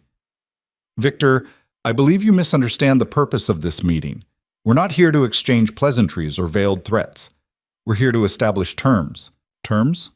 Victor's smile didn't waver. For what? For your continued existence in this city, Sergei rumbled, his Russian accent thick. You threatened wife of Volkov. This breaks code. Ancient law that all families respect. I sent a congratulatory message, Victor said innocently. Hardly a threat. Callum O'Brien leaned forward, his Irish accent sharp. We all read the message, Moretti. Don't insult our intelligence by claiming otherwise. You made your intentions clear. Now we're making ours clear in return. Which are? Victor's expression had shifted from confident to wary. Adrian leaned back in his chair, his posture relaxed but his eyes deadly. Simple. You stand down. You cease all hostile actions against my organization and my family. You return what you stole in last night's raid. And you publicly acknowledge that Emma is under the protection of not just the Volkov family, but all of us. And if I refuse, Victor asked, then we dismantle your empire piece by piece, Marcus said calmly. The Dragons will cut off your Asian import connections. The Bratva will seize your East Coast ports. The Irish will handle your political relationships. The unions will halt all your construction projects. And the Volkovs will freeze your assets and expose your financial crimes to federal authorities. Victor's confident smile finally cracked. You would unite against me over one woman? No, Natalia said quietly, speaking for the first time. We're uniting against you because you don't respect the rules that keep this city from descending into chaos. You don't get to threaten wives and families and expect business as usual. That's not how this works. The rules, Victor spat. Adrian's been trying to rewrite the rules since he took over. Going soft. Trying to legitimize everything. He's weak, and you're all fools for following him. Weak? Sergei laughed, a booming sound that echoed through the warehouse. Volkov destroyed Kozlov operation in 3 days without firing single shot. He controls more territory now than when his father ruled. You call this weak? Economic warfare, Victor sneered. Real men settle disputes with blood. Real men, Adrian said quietly, his voice cutting through the tension like a blade. Protect what matters. They build alliances. They think strategically instead of letting their egos dictate their actions. He leaned forward, his dark eyes locked on Victor. You call me weak for not immediately retaliating with violence when you killed my men. But the truth is, I've been destroying your operation from the inside for the past 24 hours. Your 3 largest clients have already switched to my shipping company. Your offshore accounts are frozen pending federal investigation. Your political connections are distancing themselves as we speak. By the end of the week, you'll have lost 40% of your revenue. Victor's face had gone pale. You're bluffing. Am I? Adrian's smile was cold. Ask your accountant. Oh, wait, you can't. He's currently in federal custody, cooperating with prosecutors in exchange for immunity. The warehouse went deadly silent. Victor's hands clenched into fists on the table. This is war. No, Adrian corrected. This is business. War is what happens if you continue to threaten my wife. War is what happens if you don't stand down immediately. And trust me, Victor, you don't want to see what I'm capable of when someone I love is in danger. Emma's heart swelled at the fierce protection in Adrian's voice, at the absolute certainty with which he claimed her as his. Alexei, who had been silent throughout the meeting, finally spoke up. You're making a mistake, cousin. Victor has resources you don't know about, connections that go deeper than you think. Then he should use them, Dmitri shot back, because he's going to need every advantage he can get. Victor stood abruptly, his chair scraping against the concrete floor. This isn't over. Actually, Marcus Chen said calmly, still seated, it is. You have 24 hours to comply with our terms. After that, we move forward with dismantling your operation. The choice is yours. Victor's gaze swept across the table, taking in the united front of New York's most powerful organizations. For the first time, Emma saw real fear flicker in his eyes. You'll regret this, Victor said, looking directly at Adrian. All of you. He turned and strode toward the exit, Alexei following like a shadow. The moment they were gone, the tension in the warehouse eased slightly. Well, Callum said, breaking the silence. That went better than expected. I half thought he'd try to shoot his way out. He's not that stupid, Sergei said, but he is proud. 24 hours may not be enough time for pride to become wisdom. Marcus Chen stood, extending his hand to Adrian. My people will be ready if he refuses. The dragons honor our commitments. As does the Bratva, Sergei added, and the Irish, Callum confirmed. One by one, the other organizations pledged their support, creating an alliance that would have been unthinkable a week ago. All because Adrian had been willing to do whatever it took to protect his wife. When the meeting finally ended and they were back in the car heading toward the penthouse, Emma let out a breath she didn't realize she'd been holding. That was intense, she said. That was necessary. Adrian pulled her close, his arms wrapping around her. Victor won't back down. He's too invested in this fight, but now when he makes his move, he'll be facing all of us instead of just the Volkov family. What happens in 24 hours when he doesn't comply? Emma asked. Adrian's expression hardened. Then we show him why making me choose between peace and protecting you was the worst mistake of his life. Emma shivered, but not from fear. From the absolute certainty in Adrian's voice. From the knowledge that this man would burn the entire city down to keep her safe. I love you, she said quietly. Adrian's arms tightened around her. I love you too. More than I ever thought possible. More than is probably wise. Definitely more than is wise, Emma agreed with a small smile. But I wouldn't change it. Neither would I. They spent the rest of the drive in silence, both knowing that the next 24 hours would determine the course of this conflict. would determine whether Victor would see reason or whether this city would descend into the kind of warfare that left bodies in the streets and blood on everyone's hands. Emma had never imagined that marrying Adrian would lead to this, to coordinating alliances between crime families, to being the catalyst for a potential war, to standing beside the most dangerous man in New York as his equal partner. But as they rode the elevator up to the penthouse, Adrian's hand firmly in hers, Emma realized something important. She wouldn't trade this for anything, not for safety, not for a normal life, not for the invisible existence she'd lived before Adrian kissed her in that restaurant and changed everything.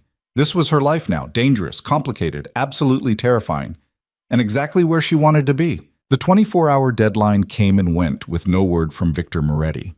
Emma watched the clock tick past midnight from her position at Adrian's desk, surrounded by laptops and secure phones, coordinating information between the various families. The silence was more ominous than any threat could have been. "He's not going to comply," Dmitri said quietly, standing by the windows overlooking the city. "He'd rather go down fighting than admit defeat." Adrian's expression was carved from stone, but Emma could see the tension in his shoulders, the way his hands clenched and unclenched at his sides. "Then we move forward with the plan. Natalia, are the federal prosecutors ready?" "They've been ready since yesterday," Natalia confirmed from her position near the door. "The moment you give the word, they'll execute warrants on Victor's properties. Bank accounts frozen, assets seized, everything." Marcus Chen's people are in position at the ports," Emma added, reading from her latest update. "The Bratva has eyes on Victor's East Coast operations. The Irish have already started making calls to his political connections. Everyone's ready." Adrian nodded slowly, but something in his expression troubled Emma. He looked like a man preparing for war, not victory. "What's wrong?" she asked quietly. "It's too quiet." Adrian crossed to the windows, his dark eyes scanning the city below. "Victor's not the type to go quietly. He should have made a move by now, retaliated somehow. The silence means he's planning something." As if summoning it with his words, Adrian's phone buzzed. He glanced at the screen and his entire body went rigid.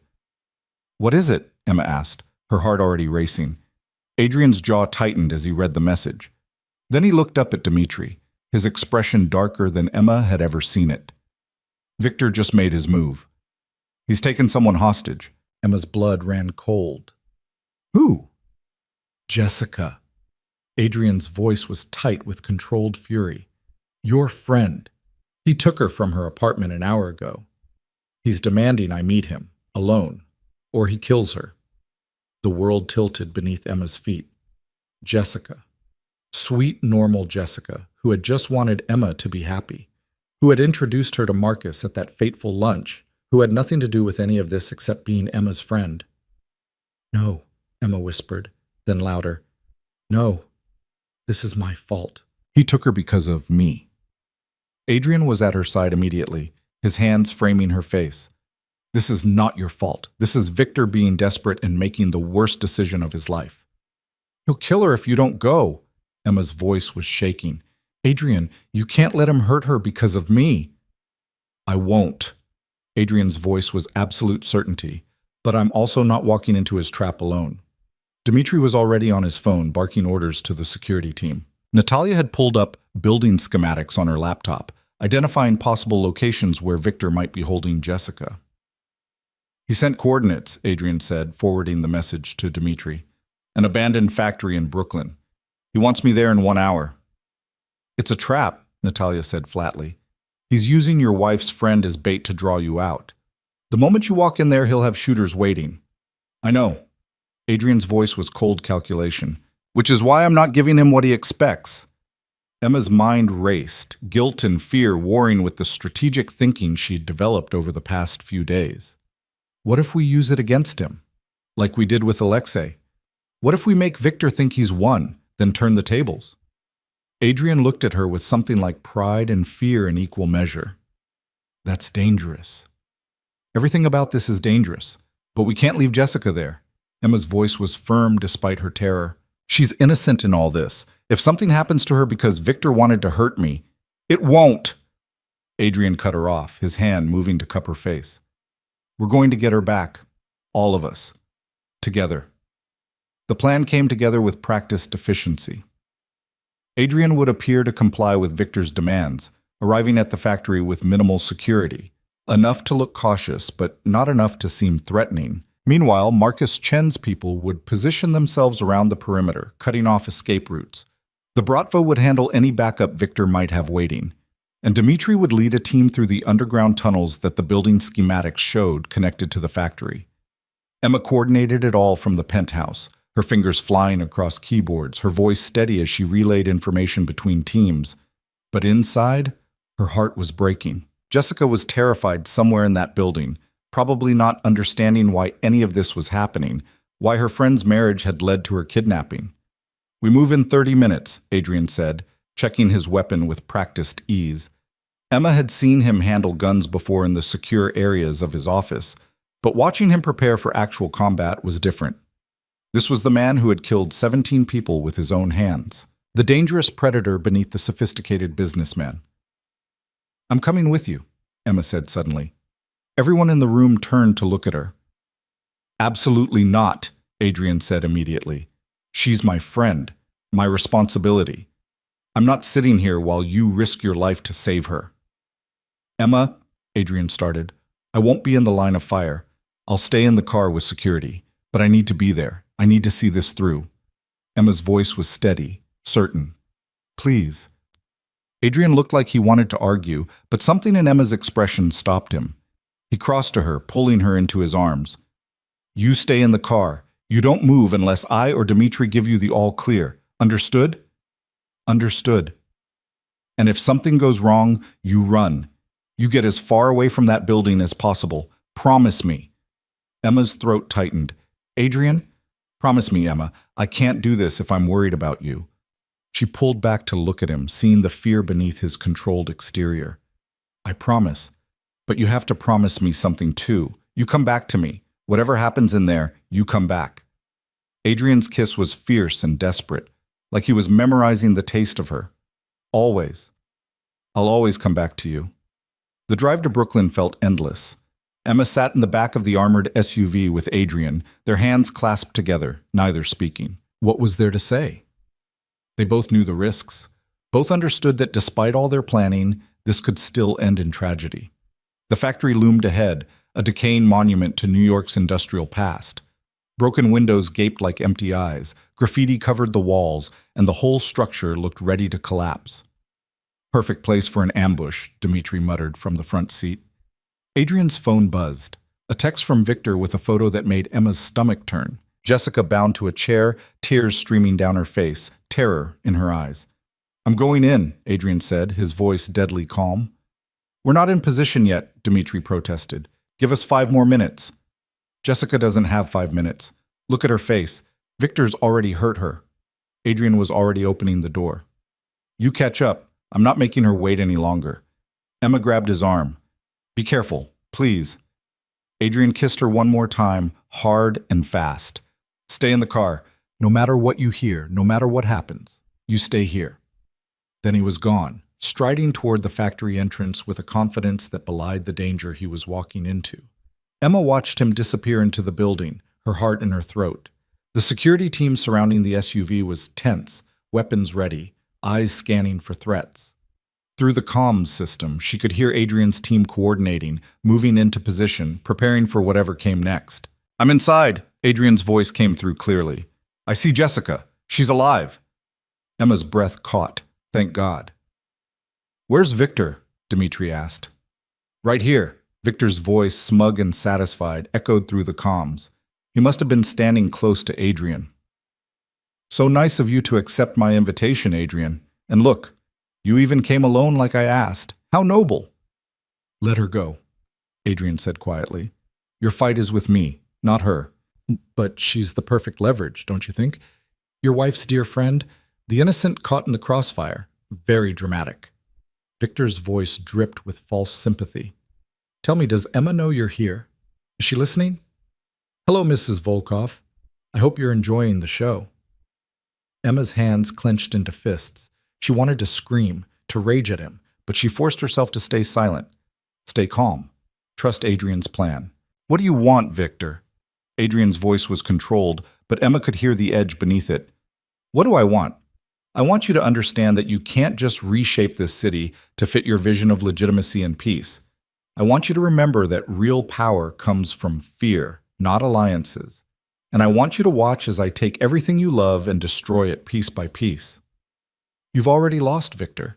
Your accounts are frozen. Your operations are shut down. Your political connections have abandoned you. This vendetta is all you have left, and it's going to get you killed. Maybe, but I'll take you with me. And your wife's friend here will be the first casualty of your arrogance. Emma heard the distinctive sound of a gun being cocked. Don't, Adrian said, and for the first time Emma heard real fear in his voice. Why shouldn't I? You've taken everything from me. Why shouldn't I take something from you? Because the moment you pull that trigger, you're a dead man. My people are already in position. The exits are blocked. You're surrounded, Victor. Killing her doesn't save you. It just guarantees you die badly instead of quickly. Silence stretched through the comms, tense and terrible. Then Victor laughed, a sound devoid of humor. You're bluffing. If your people were here, they would have moved already. Are we? Dimitri's voice came through a different channel, and Emma realized with a jolt that he'd switched to a speaker so Victor could hear him. Because from where I'm standing, I count 15 of your men, all of whom are currently being held at gunpoint by mine. You're alone, Victor. It's over. Emma could hear movement through the comms, scuffling sounds, shouts of surprise, and the distinctive click of weapons being secured. You have one chance, Adrian said quietly. Put down the gun. Release Jessica. End this now before someone else has to die. You think you've won? Victor's voice had turned desperate, dangerous. You think this changes anything? There will always be someone willing to take me down. You've made enemies, Adrian, real enemies, and they'll come for you and your precious wife eventually. Then I'll deal with them the same way I'm dealing with you, by being smarter, faster, and more strategic. Adrian's voice was cold steel. Now put down the gun before I stop being civilized about this. More silence. Then the sound of a weapon clattering to the floor. Jessica, close your eyes, Adrian said gently. Emma's heart raced. What was he planning? The next sounds made her stomach turn. A struggle. A cry of pain. Then Victor's voice, panicked now. Wait, we can negotiate. You lost the right to negotiate when you threatened my wife, Adrian said coldly. When you took an innocent woman hostage. When you chose pride over survival. Adrian, please, get him out of here, Adrian said, presumably to his security team. Take him to the warehouse. Marcus Chen's people will know what to do with him. More scuffling. Victor's protests growing fainter. Then Adrian's voice, soft and reassuring. Jessica, you're safe now. I'm going to untie you. Emma's outside. She's been worried sick about you. Emma didn't wait for permission. She bolted from the SUV, security team scrambling to keep up with her, and ran toward the factory entrance. Dimitri met her halfway, a slight smile on his face. It's over, he said quietly. Victor's in custody. Jessica's shaken but unharmed. And your husband just pulled off the most impressive tactical maneuver I've seen in years. Emma pushed past him into the factory, her eyes scanning the dim interior until she found them. Adrian was carefully cutting the ropes binding Jessica to the chair, his movements gentle despite the violence that had just occurred. Jessica was crying, her face blotchy and terrified, but alive. Jess, Emma breathed, rushing forward. Jessica looked up, saw Emma, and burst into fresh sobs. The moment Adrian freed her hands, she launched herself at Emma, clinging to her like a lifeline. I'm sorry, Emma said desperately, holding her friend tight. I'm so sorry you got dragged into this. This is all my fault. Not your fault, Jessica said between sobs. That man, Victor, he was crazy. Kept talking about teaching Adrian a lesson, about showing you what happens when you marry into his world. You're safe now, Emma promised. I swear, you're safe. Adrian appeared beside them, his expression gentle but concerned. We need to get her checked out by a doctor. Make sure she's not injured. Jessica looked up at Adrian with wide, frightened eyes. You saved me. I'm sorry I put you in danger in the first place, Adrian said quietly. I'll make sure you're protected from now on. That nothing like this ever happens again. What about that man? Victor, what's going to happen to him? Adrian's expression hardened. He's going to answer for his crimes. All of them. And he'll never threaten anyone I care about again. The ride back to the city was quiet.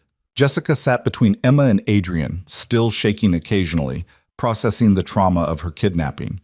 Emma held her hand the entire way, guilt eating at her insides. This was the cost of loving Adrian, of being part of his world. Innocent people getting hurt, friends being terrorized, normal lives being destroyed by the dangerous games crime families played. "I'm taking a leave of absence," Jessica said suddenly. "From work, from the city. I need to get away for a while." Emma's heart broke. Jess, it's not your fault, Jessica said firmly, squeezing Emma's hand. But I can't be here right now. I need space to process this, to feel safe again. I understand, Emma said quietly. Where will you go? My aunt has a place in Vermont. Quiet, peaceful. The opposite of this. Jessica looked at Emma with eyes that had seen too much too quickly. Will you be okay? With all this, with him? Emma glanced at Adrian, who was watching them both with concern in his dark eyes. Yes, Emma said with certainty. I'll be okay. Jessica studied her for a long moment, then nodded. You're different now, stronger. I barely recognize you from the woman who used to complain about filing contracts. A lot has changed in a week. Everything has changed, Jessica corrected. You're not my quiet friend Emma anymore. You're someone else. Someone I don't think I really know. The word stung, but Emma couldn't deny their truth. She had changed, transformed from invisible secretary to crime boss's wife, from passive observer to active participant in a dangerous world. I'm still me, Emma said quietly. Just more. Jessica managed a small smile. More, Emma. I like that. They dropped Jessica at her apartment with a security team Adrian insisted she keep until she left for Vermont. Then Emma and Adrian finally headed home, exhausted and emotionally drained. The penthouse felt like a sanctuary after the chaos of the night. Emma collapsed onto the couch, the adrenaline finally fading, leaving her shaky and overwhelmed. Adrian sat beside her, pulling her into his arms. You were incredible tonight. I was terrified, Emma admitted. Being brave doesn't mean not being afraid. It means being afraid and doing it anyway. Adrian's hand stroked her hair gently. Jessica will be okay. We'll make sure of it. And Victor? Adrian's expression turned cold. Victor will face justice. Marcus Chen's people are quite creative when it comes to dealing with men who break the rules. By tomorrow, he'll be confessing to federal prosecutors, providing evidence against his entire organization in exchange for witness protection and a chance to live. Like, he won't come back? Won't threaten us again? He'll spend the rest of his life looking over his shoulder in some forgotten town in the Midwest, terrified that someone from his old life will find him. That's a worse punishment than death for a man like Victor. Emma was quiet for a moment, processing everything that had happened. What about Alexei? Adrian's jaw tightened. Alexei made his choice. He sided with Victor. That makes him an enemy of this family. So what happens to him? Exile, permanent and absolute. He leaves New York within 48 hours, or he faces the consequences. Adrian's voice was firm. I won't kill family unless I have no other choice, but I also won't let him destroy what we've built. Do you think he'll leave? I think he values his life more than his pride. But if he doesn't... Adrian trailed off, the implication clear. Emma snuggled closer to him, needing his warmth, his presence, the solid reality of him alive and safe beside her. This is our life now, isn't it? Always watching for the next threat, always prepared for the next war. Not always, Adrian said quietly. Victor was ambitious and reckless. Most families are smarter than that. They respect the rules, honor the alliances. This kind of conflict is rare. But it will happen again eventually. Maybe. Probably. Adrian tipped her chin up to look at her. I can't promise you a safe life, Emma. I can't guarantee that there won't be more threats, more danger, more nights like tonight. But I can promise you that I'll do everything in my power to protect you. That I'll never stop fighting for us. For this. Emma kissed him softly. I know. And I'm not asking for safe. I'm just asking for us, together, whatever comes. Together, Adrian agreed. Always. The next few weeks passed in a blur of activity. Victor Moretti's empire collapsed exactly as Adrian had predicted. Federal prosecutors seized everything, his organization fell apart, and Victor himself disappeared into witness protection, a broken man who had lost everything to his own pride and ambition. Alexei chose exile, leaving New York in the dead of night with nothing but a suitcase and the knowledge that returning meant death. The Volkov family closed ranks around the decision, making it clear that Alexei's betrayal had severed all ties. The alliances Adrian had forged during the crisis held strong. Marcus Chen and the Dragons maintained their friendly relationship with the Volkovs, the Bratva continued their partnership, and the Irish respected the new balance of power in the city. And slowly, carefully, Adrian began the process of transforming his organization from a criminal empire into something that could exist in the light. Legitimate businesses flourished. Illegal operations were quietly phased out or handed over to other families as part of strategic agreements. The Volkov name began to mean power not through fear, but through influence and respect. Emma was by Adrian's side through all of it, no longer his secretary but his partner in every sense of the word. She learned the business inside and out, made connections with politicians and business leaders, and proved herself to be every bit as strategic and ruthless as any Volkov who had come before. 3 months after their chaotic wedding, Emma stood in front of the bathroom mirror, staring at the pregnancy test in her shaking hands. 2 pink lines. Her heart raced as she processed the implications. A baby. She was pregnant with Adrian's child. Terror and joy warred in her chest. Bringing a child into this world, into their dangerous life, seemed impossibly reckless. But looking at those 2 pink lines, Emma felt something else too. Hope. Hope that the future Adrian was building could actually work, that their child could grow up in a world where the Volkov name meant legitimate power, not criminal empire, that love and family could triumph over violence and fear. She found Adrian in his office, reviewing contracts for a new real estate development project. He looked up when she entered, his expression softening immediately. "Emma, I thought you were resting." "I was. I am. I have something to tell you." Adrian set down his pen, giving her his full attention. "What's wrong?" "Nothing's wrong. Everything's—" Emma crossed to him, taking his hands in hers. "I'm pregnant." For a moment, Adrian just stared at her, his dark eyes wide with shock. Then emotion flooded his face. Joy, fear, wonder, all tangled together. We're having a baby?" "Yes." Emma's voice was barely a whisper. "Are you happy?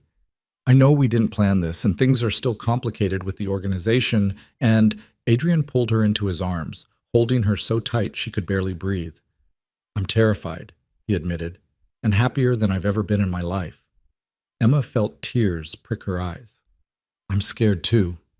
This world we live in, the danger, will be gone by the time our child is old enough to remember."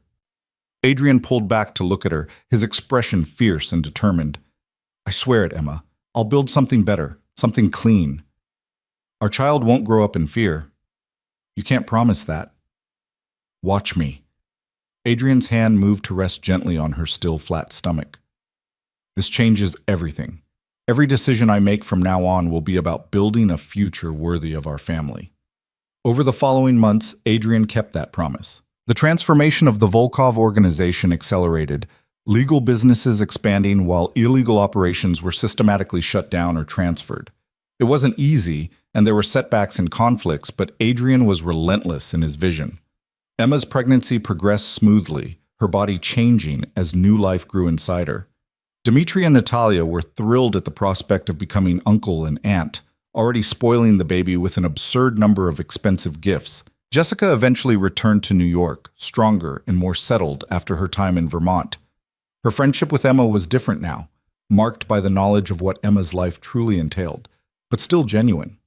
She visited occasionally, marveling at how Emma had transformed from quiet secretary to powerful matriarch of the Volkov family. 7 months into her pregnancy, Emma stood in the penthouse overlooking the city, her hands resting on her swollen belly, feeling the baby kick and move inside her. Adrian came up behind her, wrapping his arms around her, his hands covering hers. What are you thinking about? He asked quietly. How different everything is from a year ago. How I was just your secretary, invisible and lonely, going through the motions of life without really living. And now? Emma leaned back against him, feeling safe and loved and completely alive. Now I'm about to be a mother. I'm married to the most dangerous and complicated man in New York. I'm part of a family that would burn the city down to protect me, and I've never been happier. Even with all the danger, all the complications, especially with them. Emma turned in his arms to face him. You gave me a life worth living, Adrian. You made me visible, made me matter. I wouldn't trade that for anything. Adrian's hand moved to cup her face, his thumb tracing her cheekbone in the gesture she'd come to love. You always mattered. I just helped you see it. We helped each other see it, Emma corrected. You were so busy being the ruthless crime boss that you forgot you could be human too, could love, could want something beyond power and control. You saved me, Adrian said quietly, from becoming the monster everyone thought I was, from losing myself completely to the darkness. We saved each other. Adrian kissed her then, soft and sweet, a promise of all the tomorrows they would share together. 2 months later, Emma gave birth to a healthy baby girl with Adrian's dark eyes and Emma's smile. They named her Sophie after Adrian's grandmother, who had first immigrated to America with nothing but hope and determination. Holding their daughter for the first time, both Adrian and Emma felt the weight of their choices settle into something that felt like purpose. This tiny, perfect human represented everything they'd fought for, the chance to build something better, to transform legacy and power into something worthy of pride instead of fear. The Volkov Empire continued to transform under Adrian's leadership. By Sophie's first birthday, 90% of their operations were completely legitimate. The remaining 10% existed in the gray areas of politics and influence, but even those were carefully managed to minimize harm and maximize social benefit. Adrian established the Volkov Foundation, dedicating millions to education, healthcare, and support for at-risk youth, the kind of support his own family had needed generations ago. Emma ran the foundation with the same strategic brilliance she'd once applied to managing Adrian's schedule, transforming it into one of the most effective charitable organizations in New York. Years passed. Sophie grew into a bright, curious child who knew her father was powerful but had no idea about the violence and danger that had once defined the Volkov name. She grew up in a world her parents had fought to create, one where the family legacy meant philanthropy and legitimate business, where power came from influence rather than fear. Emma sometimes thought about that day in the restaurant when Adrian had kissed her in front of everyone, changing both their lives forever. How a moment of jealous impulse had sparked a chain of events that led to war, alliance, transformation, and ultimately love that had reshaped an entire criminal empire. Standing in the Foundation's office 10 years after that fateful kiss, Emma watched Adrian give a speech about their latest initiative to support foster children. He looked distinguished now, more silver in his dark hair, but his eyes still burned with the same intensity when he looked at her across the room. Their daughter sat beside Emma, 9 years old, and asking intelligent questions about how the foundation decided where to allocate resources. She was growing up to be thoughtful and strategic, inheriting the best of both her parents. After the speech, Adrian found Emma in the crowd, his hand automatically reaching for hers, a gesture so familiar now that Emma couldn't remember a time when they hadn't been connected like this. "What are you thinking about?" he asked, the same question he'd asked 1,000 times over the years. Emma smiled, squeezing his hand. "About how we started with a kiss in a restaurant and ended up here, building something that matters, creating a legacy worth passing down." "Best jealous impulse I ever had," Adrian said with a slight smile. "Best lunch meeting I ever attended," Emma agreed. Sophie tugged on Adrian's sleeve. "Dad, can we go get ice cream? You promised." Adrian's entire expression softened as he looked down at their daughter. "Of course, Princess." "Emma? Ice cream sounds perfect." They left the office together. A family forged in fire and danger, transformed by love and determination into something beautiful. The Volkov name no longer inspired fear in the streets of New York. Instead, it represented hope, second chances, and the possibility of redemption. Emma had started as the invisible secretary, falling in love with a man she could never have. But she'd ended up as the woman who transformed a criminal empire into something worthy of pride. The woman who stood beside the most powerful man in New York, not as his possession, but as his equal partner. Their story had begun with danger and jealousy and a reckless public declaration of ownership. But it had evolved into something far more powerful, a partnership built on trust, a love that had survived war and violence, and a shared vision of a better future. Walking down the street with Adrian's hand in hers and their daughter chattering excitedly about ice cream flavors, Emma realized that this was what happiness looked like. Not the absence of danger or complications, but the presence of love strong enough to face anything the world could throw at them. And as Adrian pulled her close and kissed her temple, both of them watching their daughter skip ahead on the sidewalk, Emma knew with absolute certainty that every dangerous choice, every terrifying moment, every impossible decision had been worth it. Because they'd built this together. A life, a family, a future. And that was worth everything.